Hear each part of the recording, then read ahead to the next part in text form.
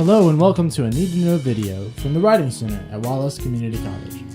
In this episode, we'll let you know what you need to know about literary analysis. So what are a few things to look for in literary analysis?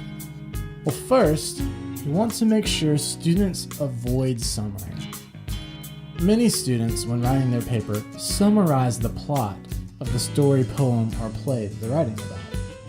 You want to make sure that the student analyzes the plot instead of just telling the reader what happens. Here's an example of summary. My Papa's Waltz by Theodore Rothke is about an abusive parent and the breakdown of the family. On the other hand, an example of correct analysis would be, in My Papa's Waltz, the metaphor of dancing shows the complicated relationship between the speaker and his father.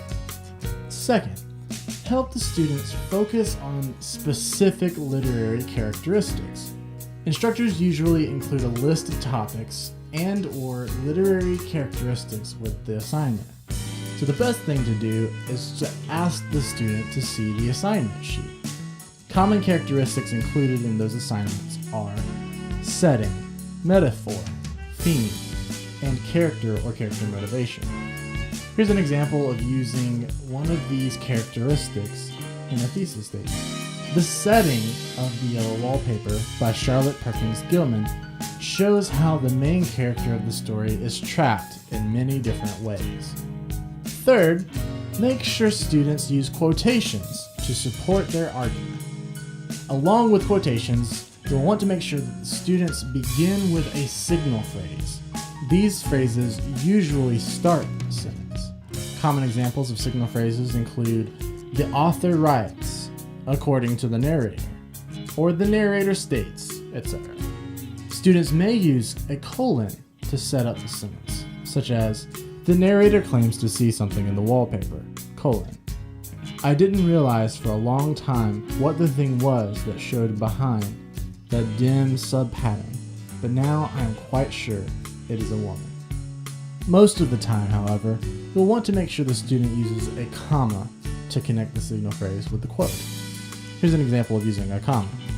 In the story, the narrator feels more and more trapped.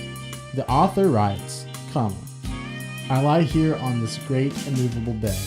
It is nailed down, I believe, and follow that pattern about the hour. Another example would be, according to the narrator, comma, followed by the quote. The distinction between a colon and a comma is that a colon is used if the signal phrase is a complete sentence on its own, whereas a comma is used if the signal phrase is a partial thought. Let's go over a quick checklist of points that we've learned from literary analysis. The essay avoids plot summary and makes an argument. There is an emphasis on specific literary characteristics, and quotations are introduced, cited, and used to support the argument. Thank you so much for watching this Need to Know video by the Writing Center. Check out our other Need to Know videos so that you will know what you need to know for Essays in English 101.